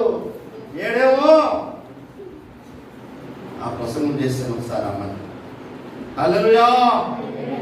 ఏమైనా దేవుని ద్వారా నీవు ఇశ్రాయేలుడు అయితే, గిద్యోను సైన్యంలో ఉన్నవాడు అయితే, మన గిద్యోను యేసు ప్రభువే. అసలు గిద్యోను అంటే అర్థమైంది పడత్రోయివాడు. అట్టువాడును పడత్రోయివాడును ఆయనే. లేపువాడును ఎండబెట్టువాడు, సముద్రం నిండిపోతేవాడు. ఎవ్రీథింగ్ షుడ్ బి ఆయనే. ఆయనే మనకు ఆశ్రయం, ఆయనే మన కేడము, ఆయనే మన అండ, ఆయనే మన కొండ. నా కొండయు నా కోటయు నా ఆశ్రయము నీవే. ఇందాక అమ్మాయి పాడిందా పాట? ఇప్పుడు పాట ఈరోజు. ఆ పకాల మందు చెయ్యి విడువకను నన్ను చెరదీయుము, యెహోవా నాకు వెలుగాయే. పాడండి. ముద్ర అన్నప్పుడు పాడలేదంటే హాస్టల్లకి హల్లెలూయా హల్లెలూయా నేను ఎన్నడూ భయపడను. దేవుని బిడ్డలారా, ఇటువంటి సంగతులు ఇంకా చెప్పుకుంటూ పోతా ఉంటాయి, చాలా ఉన్నాయి. త్వరగా ముగిస్తాను. ఇక సంఘము దేవుని సన్నిధిలో రెండో విషయం ఏంటంటే, సంఘము 3 విధములుగా దేవుని కొరకు ప్రకాశించాలనే సంగతి ప్రభు మనకి ఇక్కడ జ్ఞాపకం చేస్తాం. మొట్టమొదటి ఏంటంటే, మనం జీవించేటువంటి జీవితాన్ని బట్టి మనం ప్రకాశిస్తూ ఉన్నట్లుగా దేవుడు చూస్తాడు. నేను లోకమునకు వెలుగై ఉన్నట్టుగా మీరును లోకమునకు వెలుగై ఉన్నారని చెప్పిన దేవుడు మనం వెలిగించబడలేదా? వెలుగు కాదా? నేను లోకమునకు పోయినట్టుగా మీరు కూడా లోకానికి ఇప్పుడు దేనికి పనికి వచ్చింది? ఉల్లకాయల్ని బాగా రుచిగా ఉండడానికి తయారు పనికి వచ్చింది. బీరకాయ పచ్చడి, బెండకాయ పచ్చడి, ఆవకాయ పచ్చడి, మామిడికాయ పచ్చడి, చింతపండు పచ్చడి, ఏదో పచ్చడి, గోంగూర పచ్చడి కూడా చేసేవాడు ఉన్నారు కుండలో పెట్టి. ముందు ఉప్పులో నానబెడతారు కొన్నాళ్ళు. ప్రతిదీ పచ్చడి, మాంసం పచ్చడి, చికెన్ పచ్చడి, ఫిష్ పచ్చడి, అన్ని పచ్చళ్ళు చేస్తారు. చాలా మంది పచ్చళ్ళు చేసేవాళ్ళు ఉన్నారు. పచ్చడి అనగానే నోరు ఊపుతానే ఉంది, నీళ్ళు పడతానే ఉంది. హల్లెలూయా. ఒకసారి ఆ బ్యాప్టిస్ట్లో దాదాపు 25 సంవత్సరాల కిందట ఎరా తినడానికి ఏమన్నా ఉన్నట్రా పిల్లలారా అని యేసుప్రభు అడగానే వారు ఆయన కాల్చిన చేప ముక్కనిచ్చింది అని రాయబడిన మాటని జ్ఞాపకం చేసి పాకి పెట్టే ఇంటికి పోయి వెంటనే మనిషి ఈసారి పోయి చేప తెచ్చుకొని ఆయన తెచ్చి అప్పుడు 3 గంటల అట్లే పడుకున్నాడు. నేను తిన్నో ఇది ఏ కొట్టేసిన పొద్దు చేప పట్టుకెళ్ళాలి. ప్రతి ఒక్కరు అట్లా 4 రైళ్ళు చేశారు. చేపల కూర గురించి చెప్పాను, చెప్తా ప్రభుత్వం ప్రసంగం చేస్తాం. ఆ రోజు ఇంటికి పోయి ఆ పొద్దున్నే ఉండిన కూరలు ఎవరు తిన్నారు, ఎవరు తిన్నారు ఆ కూర. నేను ఆ రోజు ప్రసంగం చేస్తే ఆ కూర మాకు పంపించి హల్లెలూయా. హెబ్రీ గ్రంథంలో ఒక మాట చదువుతున్నాను, 11వ అధ్యాయం 1వ వచనం ఏమంటే విశ్వాసం అనేటువంటి జీవితంలో మనకు ఉండాలి. అది మనం జీవించేటువంటి జీవితాన్ని, విశ్వాస జీవితాన్ని ఆధారం చేస్తా ఉందని చెప్తాను. తర్వాత 6వ వచనం కూడా అక్కడ ఏమంటాడంటే ఈ హెబ్రీ గ్రంథం 11వ అధ్యాయం 6వ వచనంలోనే విశ్వాసం లేకుండా దేవునికి ఇష్టడుగా ఉండడానికి వీలు లేదు, కూర్చునే లేదు. విశ్వాసం కావాలి మనకి. ప్రియమైన దేవుని బిడ్డలారా, అక్కడ ఫస్ట్ వచ్చిన అంటాడు విశ్వాసం ఉన్నది నిరీక్షింపబడు వాటి యొక్క నిజ స్వరూపమును అదృష్టమైనది ఉన్నదనడానికి రుజువై ఉన్నది. కనబడదని కానీ దాన్ని నమ్మాలి. అందులో ఒక రాజపాఠం ఉంటుందంట, ఇటు ఉంటుందంట, బైబుల్ చదివి చెప్తా నువ్వు పోయి చూసి వచ్చావా అని అన్నావు. చూసి వచ్చిన వాడు కూడా ఉన్నాడు, చూసి వచ్చిన వాడు రాసిందే కదా బయట. దీనికి కూడా ఇప్పుడు కూడా బతుకున్నాను, కొంతమంది పక్కన రాసి చూసి వచ్చిన వాళ్ళు ఉన్నారు. ఏడు కూడా ఉన్నారు మన చర్చిలో. కానీ దేవుడు ఏమంటాడంటే చూసిన మీరు వారికి అంటే అదే ఇప్పుడు ఆ మొదటికి వచ్చిన భావం. హల్లెలూయా. 6వ వచనంలో ఏమంటాడు విశ్వాసం లేకుండా దేవునికి ఇష్టడు కాబట్టి 2 కొరింథీ పత్రిక 6వ అధ్యాయం 17, 18 వచనాలు చూద్దాం మళ్ళీ ఒకసారి.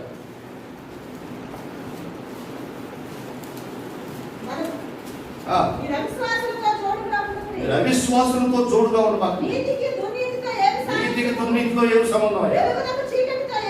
వెలుగుతో చీకటితో ఏం పోతుంది? రోమపత్రిక 12వ అధ్యాయం 1వ వచనం చూద్దాం ఒకసారి. రోమపత్రిక 12వ అధ్యాయం 1వ వచనం. కొట్టి వచ్చిన రిఫరెన్స్ చదువుకోండి. కాబట్టి సహోదరులారా, పరిశుద్ధము దేవునికి అనుకూలమైనటువంటి సజీవయాగం అంటే సగమా 3 భాగాల పార్ట్ టైమా ప్రార్థన చేస్తా ఉన్నాం. ఈవినింగ్ ప్రార్థన చేస్తూ ఉంటే దేవుడు పెద్ద దర్శనం చూపిస్తున్నాడు. అక్కడ మాకందరికి తల ఒక బలిపీఠం మేము కట్టుకుని అక్కడ బలిపీఠం దగ్గర పడిపోయి ఉండి అక్కడ అర్పిస్తా ప్రభాని స్తోత్రం క్యాకిలేస్తా ఏడుస్తూ ఉంటే జీవన్ బలిపీఠాన్ని సంగతి చూపించడానికి. జీవన బలిపీఠం ఎలా ఉందా అని చెప్తున్నాడు అడిగి.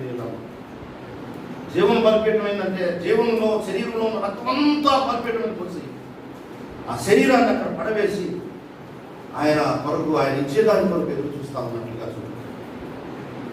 మాకు అందరు తల బలిపీఠం చెప్పాడు. అంటే దేవునికి మనం చేసేట్టు సమర్పణ ఎంతవరకు ఎలా ఉందనే సంగతి చెప్పుకుంటూ వచ్చాడు. దేవుని బిడ్డలారా, క్రైస్తవులు అంటే ఏదో తాత్కాలికంగా మాటలు కాదు,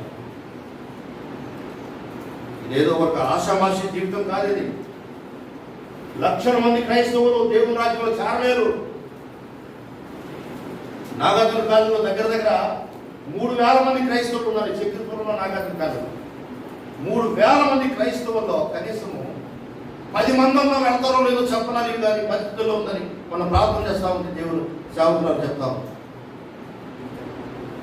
ఒకవేళ ఈ 2 కాలనీస్లో 10 మంది అన్న వేస్తారో లేదు చెప్పలేదు అన్నాడు. చూస్తా ఉన్నాను నేను. లక్షల మంది ప్రజలు ఉన్నారు కానీ ఒక్కొక్కడు ఎప్పుడో ఒకడు ఆడొకడే పోతున్నాడు. అక్కడ చూస్తా ఉన్నా నేను చెప్తున్నాను. రోజు వచ్చే ఎన్నో దర్శనాలన్నీ కూడా చెప్పాలని ఇప్పుడు అయిపోయి కాదు, చెప్పలేదు, టైం కాదు కూడా. చూడండి, రోమపత్రిక అయిపోయిందిగా. అపోస్తుల కార్యముల గ్రంథంలో 16:25 చూస్తే మనం జీవించేటువంటి జీవితాన్ని బట్టి ప్రకాశిస్తామన్న సంగతి చెప్పుకుంటా వస్తా ఈ వచనాలని చెప్పారు. వాటిలో ఏం చెప్తుందంటే విశ్వాస జీవితము, ప్రత్యేకించబడిన జీవితము, సమర్పణ జీవితము, స్తుతి జీవితము. ఇప్పుడు ఈ 16వ వచనంలో చదవండి. ఇక్కడ రోమపత్రిక 25వ వచనం. అపోస్తుల కార్యం మధ్యరాత్రి కట్టేసింది ఏంటి? ఇక్కడ వీళ్ళు దేవునికి ప్రార్థన చేసి కీర్తనలు పాడుతూ ఉన్నారు. ముందు చేసింది ఏందో ప్రార్థన. శిలా ప్రార్థన చేద్దామా అయ్యారు? ఎట్లా మరి అందరూ గురుసుతో కట్టబడు, గురుసులు ఊడిపోతే అన్ని ఊడిపోతే నేరా ప్రార్థన చేద్దాంలే. మొత్తం మీద గుర్లించుకొని ఎట్టబెట్ట మోకరించారు. గురుసుతో కట్టబడి ఉన్నారు. గుళ్ళంతా గాయాలు, బట్టలన్నీ సీకిపోయి పేలికలు అయిపోయి ఉన్నాయి. కొట్టారు. ముందు రోజు కొట్టినప్పుడు కొట్టిన సాయంత్రం దాకా పర్వాలేదు, కానీ 10 గంటల నుంచి రాత్రి 10 గంటల నుంచి శురు అవుతుంది. మా నొప్పి సీట్ ఎత్తలేడు, తాలేదు. దెబ్బలు తగిలినప్పుడు ఏ పెద్ద నొప్పి ఉండదు, మరణాలు ఉంటుంది కదా. ఆపరేషన్ చేసినప్పుడు ఏముండదు, మరణాలు ఉంటుంది. అనుభవించినోడు తెలిసింది సార్. హల్లెలూయా. మీదరా దేవుని వాక్యం ఇది. అర్ధరాత్రి వేళ వారు చేసింది ఏంటంటే దేవుని స్తుతిస్తూ కీర్తనలో పాడుతూ ఉన్నారు. దేవుడు ఏదో మహత్తరమైన కార్యం చేయబోతున్నాడు. శిలా రాత్రి పాటలు పడా చెప్పని పాడుతూ ఉన్నారు అంతే. ఓ జైల్లో బేడకులు ఎంతమంది ఉన్నారో మనకు తెలియదు. దేవుని పెట్టారు అక్కడ. హానికారుడ హింసకుడను దేవదూషకుడను నేను అని చెప్తున్నాడు వాళ్ళందరికీ. ఒరే అబ్బాయి, ఒకప్పుడు నేను దేవదూషకుడు, దేవుని దూషించేవాడిని, హానికరుడు నేను, సంఘాన్ని హింసించులోని వెంటబడి తోలుకొట్టినోని నేను, ఎంతో మందిని చంపివేసిన నేను, స్టెప్పులు చంపు నేనే కారణం. నాథుడా నీవీచు మేలు ఎంత గోపదేశువా, ఎంత జాని యేసువా, ఇంతయ నీయు హింసలేను, ఎంత జాని యేసువా. ఈ విధంగా సాక్ష్యం చెప్తా ఉన్నాడు, పాటలు పాడుతూ ఉన్నారు దేవుని సన్నిధిలో. నిజమైన క్రీస్తు. చాలా అద్భుతాలు జరిగినాయి అక్కడ. అర్ధరాత్రి వేళ జైలు గోడలు కదిలిపోయినాయి, తలుపులన్నీ ఊడిపోయినాయి. ఎన్ని తలుపులో అందరి బంధుకములు కూడా కింద పడిపోయినాయి. జైలు అధికారి కూడా ఊగులాడుతూ చిన్న పట్టుకొని నోరు చేసుకొని నిద్రపోతా ఉన్నాడు. వాడు కింద పడేవాడు, మొత్తం మీద వెళ్ళిపోతుంటాడు. వాడు లేచి ఊరే ఇదే మొత్తం ఏడాది లేదు, తలుపులన్నీ అందరున్నారా కత్తి తీసుకొని పొడుచుకొని చావా అబ్బాయి, పొడుచుకోబాక, చావాల్సిన పని. ఒక్కరు కూడా ఎప్పుడు బయటికి పోవాలి, అందరూ ఇక్కడే ఉన్నారు. లెక్క పెట్టుకో, కావాలంటే తీసుకో, రిజిస్టర్ తీసుకో. అందరు బంధకాలు పోయి, తలుపులన్నీ కాలం పడిపోయి, తాళం కప్పలాన్ని పగిలిపోయి కింద పడిపోయి, భూకంపం వచ్చింది పర్వాలేదు, కానీ వీళ్ళందరూ క్రైస్తవులు అయిపోయారు. ఏమైనా దేవుడు సాక్ష్యపు జీవితం, విశ్వాస జీవితం అంటే క్రైస్తవుడుగా నువ్వు చేయవలసినటువంటి కార్యక్రమాల గురించి దేవుడు మనకి ఇక్కడ జ్ఞాపకం చేస్తున్నాడు. మన ప్రార్థనా జీవితం అనే సంగతి ఇంకొక విషయం నేను మీకు జ్ఞాపకం చేస్తున్నాను. 3 విధాలు కదా చెప్పింది. సంఘం 3 విధాలుగా దేవుడి కొరకు ప్రకాశించాలని చెప్పిన దానిలో 3వ పాయింట్ చెప్తున్నాను ఇక్కడ. విశ్వాసం కలిగినటువంటి ప్రార్థన మనకు కావాలి. తెల్లవారు వరకు ఒక్కోసారి రాత్రి అంతా మేము నిద్రపోకుండా కూర్చొని ప్రార్థన చేస్తూనే ఉన్నాం. ఈరోజు నేను ఎంత పవర్ఫుల్ ఇక్కడ నిలబడతానని నాకు తెలియదు. 3 వారాల నుంచి నాకు బాగలేదు, నాకు బాగలేదు, కానీ ఏ ప్రార్థన ఆగలేదు. పుష్పమాను కూడా అక్కడికి వచ్చావు కదా, వాక్యం బాగా చెప్పాను. నేను అరిసేసి రంకెలేసి కూర్చున్నాను. అన్నం తినలేకపోతున్నాను, వాళ్ళు కావట్లేదు, శక్తి లేదు. నానా తిన్నాను ఏమంటుంది పాప విజయమ్మ.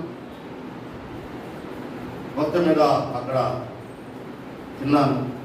నేను వెళ్తాను రాట్లే. నువ్వు కూర్చున్నాను పోతు కానీ ఎప్పుడు పోవాలంటా ఉంటావు, కూర్చున్నాను అని చెప్పి బతినాడు కూర్చోబెట్టి ఆ అమ్మాయి మళ్ళీ ఏం చేస్తాను టిఫిన్కి భోజనం పెట్టి 1000 రూపాయలు కానికిచ్చి మోటార్ సైకిల్ దాకా తీసుకొచ్చినాను. ఇంటికి తీసుకొచ్చి తర్వాత అప్పుడు పండుకుంటే నిద్ర పట్టలే. 2 వారాలు భయంకరమైనటువంటి తలనొప్పినాను పీల్చాను. ప్రార్థనే బిడ్డ చేసిన ప్రార్థనే మాకు అందులో లేవు, మాకు లేవు. అడగండి కావాలి, వచ్చిన ముందు అట్లే ఉంది. ఏమైనా దేవుడు రాత్రి అంతా నేను ఇప్పుడు భయం ప్రార్థన చేసుకుని కింద కూర్చొని ఉన్నాను. ఇలా నా మొత్తం కాకుండా కూర్చొని ఏంటి పరిస్థితి. మొన్న పగలంతా మనసారి ఏంటి ప్రభావ, ఇంకెప్పుడు మాకు మనసారి, ఇంకెప్పుడు సమాధానం. దేవుని బిడ్డలారా, మనము ప్రభు కొరకు జీవించేటువంటి వాళ్ళు. యాకోబు పత్రిక 5వ అధ్యాయం 17-18 వచనాలు చూస్తే అక్కడ ఏలియాల గురించి దేవుడు మనకి జ్ఞాపకం చేస్తూ ఉన్నాడు. ఎబ్రీ గ్రంథం అయిపోయిన వెంటనే యాకోబు పత్రిక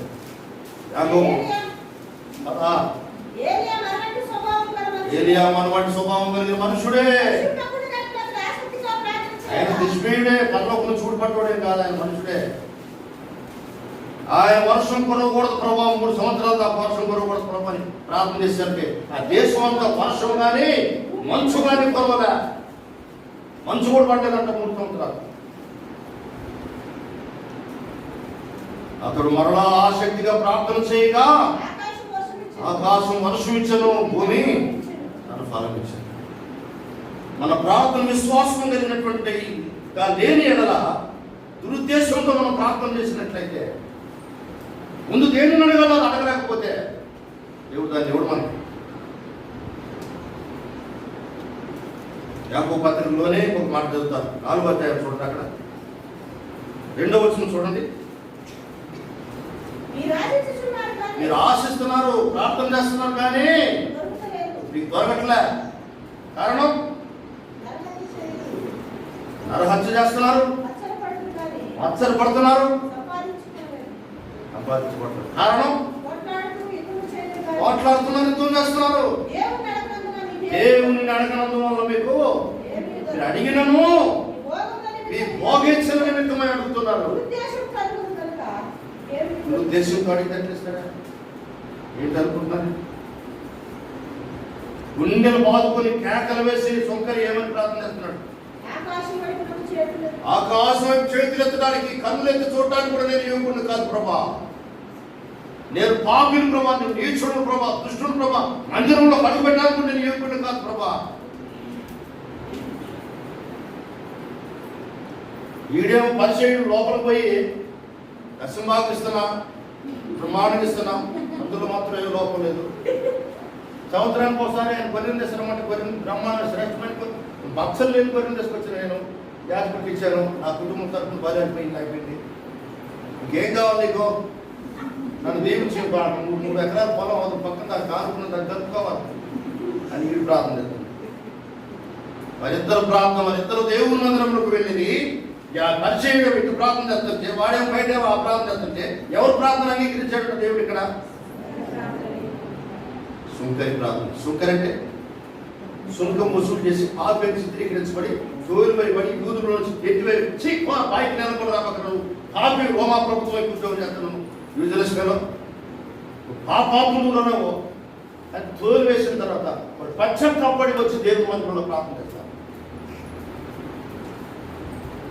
వింటున్నారా దేవుని వాక్యం? తర్వాత చదువుకుందిలే, వినండి దేవుని వాక్యం. ఎవరు బైబిల్ చదవాలి, తర్వాత చదువుకుందిలే. ఇంకా అయిపోయిన దగ్గరికి వచ్చేసి ముగించేస్తున్నాం. మనం పశ్చాత్తాపడి ప్రార్థన చేసి విశ్వాస సంబంధమైన జీవితం పట్టుదల కలిగి ప్రార్థన కావాలి. దానికి సంబంధించిన రెఫరెన్స్ వస్తుంది. 5వ అధ్యాయం యాకోబు పత్రికలో 16వ వచనం చూస్తే అతడు ఆసక్తిగా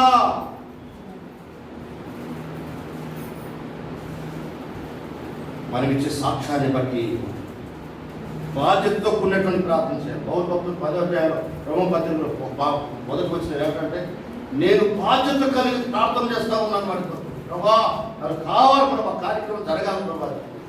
ఆయన సొంత మేలు కోసం ప్రార్థన చేయట్లేదు ఆయన.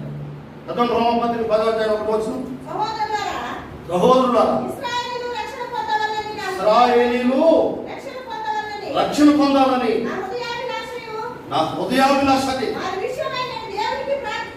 వారి విషయమై నేను దేవునికి ప్రభా, నా ప్రార్థనకి దేవుని ప్రభా. అయ్యలారా, అమ్మలారా, ఇక్కడ ముగించేస్తున్నాను. చాలా విషయాలు నేను చెప్పాల్సింది. మన సాక్ష్యము, విధేయత, మన సమస్తం అన్నింటి గురించి చెప్పాలనేటువంటి సమయం కాదు. అటువంటి గట్టిగా వస్తుంది. 15 నిమిషాలు తక్కువ. గట్టిగా ఉన్న విశ్వాసం కలిగి ఈ ఆరోగ్యం దేవుడు చూస్తుంది. మీకు తెలుసు కదా మా పరిస్థితి. ఈ దేవుడు, ఈ డాక్టర్ మమ్మల్ని బాగు చేయలేవు. మాకు వచ్చిన జబ్బులు, ఏ డబ్బులు మమ్మల్ని రక్షించగలవు? ప్రార్థన, ప్రార్థన. నేను బ్రతుకుతూ నా సంఘ బిడ్డలను కాపాడుకుంటూ దేవుని సేవ జరిగిస్తూనే ఉన్నాను. రాత్రి వేళ పిలుస్తున్నానంటే ఫోన్ చేశాను. నేను లేపకుండా ఎప్పుడన్నా ఏమన్నా ఫోన్ ఎత్తలేదు. ఈ రోజు వరకు కూడా నాకు ఫోన్ వస్తానే ఉంది. నిన్నబట్టి 4 సార్లు ఇచ్చాను. ఒక ఆమె కొంచెం రాత్రి కూడా ప్రార్థన అయిపోయిన తర్వాత 10 గంటలకు కాదు, అరగంట సేపు తక్కువ ఇప్పుడు మాట్లాడు. గంట మాట్లాడుతున్న ఒక ఆయన, మన కర్ణాటక నుంచి ఒక ఆయన మాట్లాడుతూ ఉంది. మన 6 మెంబర్స్ అక్కడక్కడ ప్రార్థన చేయాలి.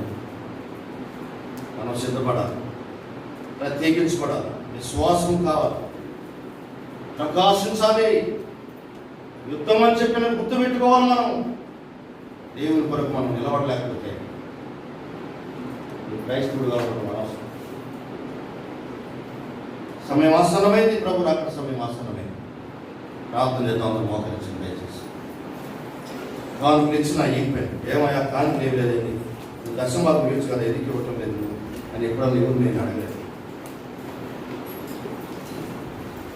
నేను అడగాల్సిన పని లేదు. మీకు తెలియదా? సమర్పణ ఏంది నీకు కావాలి, ప్రార్థన ఏంది, పట్టుదల ఏంది, ఈ సిద్ధపాటు ఏంది, ఈ ప్రత్యేకత ఏంటి, ఈ సహకారం ఏంది?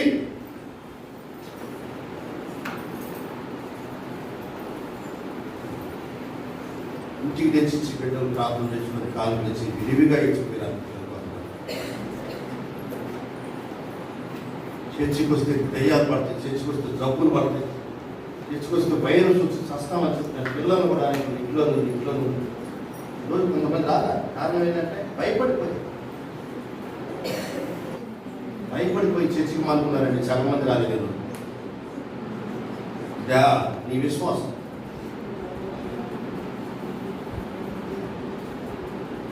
పశ్చాత్తాపడు సహోదరుడు రాసాడు. గిద్యోను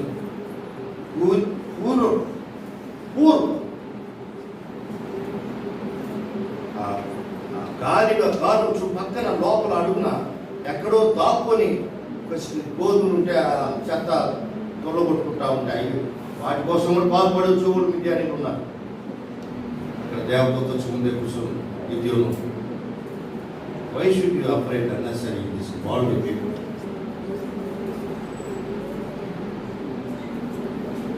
వాళ్ళు ఏం చేయగలరు? నేను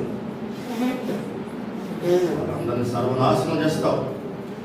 బలాఢ్యుడివే, లేచి నిలబడు, నేను నిన్ను వాడుకోబోతున్నాను, ఇశ్రాయేలును రక్షిస్తావు. నీవు బలమైన దేవుడిని నేను దిక్కున్నాను కదా. ఏమి దిక్కు ఇట్లయిపోయావు ప్రభా, నాశనం అయిపోయావు ప్రభా. నువ్వు ఏమి దక్కనీయట్లేదు ప్రభా. మేక పిల్లలను కూడా ఇంట్లో ఉండనీయట్లేదు ప్రభా. ఈ విద్యాలయాలు, ఈ అమాలయీయులు, ఈ తూర్పువారు మా దేశం మీద పడ్డాలేదు ప్రభా. వీళ్ళు నాశనం అయిపోవటానికి మేమేం చేసామయ్యా? ఎక్కడ యుద్ధానికి పోయావా? ఫలాలు నాశనం చేస్తున్నారు, పంటలు నాశనం చేస్తున్నారు. నేరేడు చెట్టు కాయలు, నేరేడు చెట్లు మొత్తం నరికిపో ముక్కలు చేసేస్తున్నారు. అంజూరు చెట్లు, ద్రాక్ష గెలల చెట్లు కోసి పడేస్తున్నారు. ఏ కాయ పక్కన దక్కనీటి దొరకనీటి మీద తింటారు. ఏది ప్రభా అయిపోయింది, మీరు దిగుపడదు. 40 సంవత్సరాలు గిద్యోనుతో పరిపాలన చేశాడు. అక్కడ న్యాయాధిపతిగా ఉంది. వేల అద్భుతాలు కన్నాలు చూశాడు. నీవే గిద్యోను సభలుగా రాజు నీవే గిద్యోను, ఉపేదేదేవు నీవే గిద్యోను, భాస్కరరావు నీవే గిద్యోను, నీవు ఎలియాజరు సహోదరుడా నీవే గిద్యోను. ఈ కుటుంబమే ఒక ఇశ్రాయేలు దేశము. చంద్రమౌళి గారు నీవు ఒక గిద్యోను. నువ్వు గిద్యోనయ్యా. నువ్వెవరనుకున్నావు? వారు ఎవరనుకున్నావు? నువ్వు నీ గిద్యోను. నువ్వు నీ దేవుడు నీతో కూడా ఉన్నంత కాలం నీ గిద్యోనువే. ఎన్నో అద్భుతాలు, ఎన్నో కార్యక్రమాలు నేను చెప్పలేదు బైబిల్ గిద్యోను గురించి. మా ఊరు మనుష్య గోత్రంలో వఫ్రా అనేటువంటి చిన్న గ్రామంలో పుట్టిన పిల్లోడు 30 లక్షల మంది ఇశ్రాయేలు 40 సంవత్సరాలు పరిపాలన చేశాడు. రాజులాగా ఉన్నాడు. 300 మందితోటి జయోత్సాహంగా వేల మందిని నరికిపోగం చేసి ఇంటికి వచ్చాడు. వాళ్ళ వంటలు, వాళ్ళ గాడిదలు, వాళ్ళ గుర్రాలు, వాళ్ళ బండ్లు, వాళ్ళ సమస్తము, వాళ్ళ చెప్పులు తెచ్చి పడేస్తే ఎన్ని 40 సంవత్సరాల దాకా ప్రజలకి ఏమి తక్కువ కాదు. ప్రార్థన చేసుకుని ప్రేమ కలిగి దయా దాక్షిణ్యం స్తోత్రమైన నా బిడ్డలు ఈ దేవుని గురించి కొన్ని విషయాలు విన్నాను. ఎదిగింటికి వెళుతున్నారు ప్రభా. ఒక్కొక్కడు ఒక్కొక్క గిద్యోనుగా మార్చబడాలి ప్రభా. ఒక్కొక్క స్త్రీ, ఒక్కొక్క పిల్ల, ఒక్కొక్క యవనస్తుడు, ఒక్కొక్క యవనరాలు గిద్యోనుగా మార్చబడాలి ప్రభా. దెబోరాగా మార్చబడాలి. అంతకుముందే 15వ అధ్యాయం అంతా దెబోరా ప్రవక్త అయి వేల మందిని జయించడానికి సీసరాకు సహాయకాన్ని ఉండిపోయింది. వారు అనేటువంటి వాడు రాజులు ఎంతమంది వచ్చినా ఇశ్రాయేలు ముందు నిలవలేకపోయారు. నక్షత్రం లాగా వాళ్ళు ఒక్కొక్కడు ఒక నక్షత్రం లాగా యుద్ధం చేశారంట. నీవు మాకు తోడుగా ఉంటే మేము నక్షత్రాలు ప్రభావం, దేవదూతమే ప్రభావం. ఆయన యుద్ధం చేసినప్పుడు మేము కనబడము. అంత స్పీడ్గా, అంత వేగంగా ప్రయాణం చేస్తూ ఆకాశంలో తిరుగుతూ కత్తి అసలు కనబడదు. మా ఖడ్గము, మా రౌతులు నీవే ప్రభావి స్తోత్రాలు చేస్తాం. నీ బలంతో మేము ముందుకు సాగిపోవడానికి సహాయం చేయండి. యేసు నామమును స్తుతించి ప్రార్థిస్తున్నాం.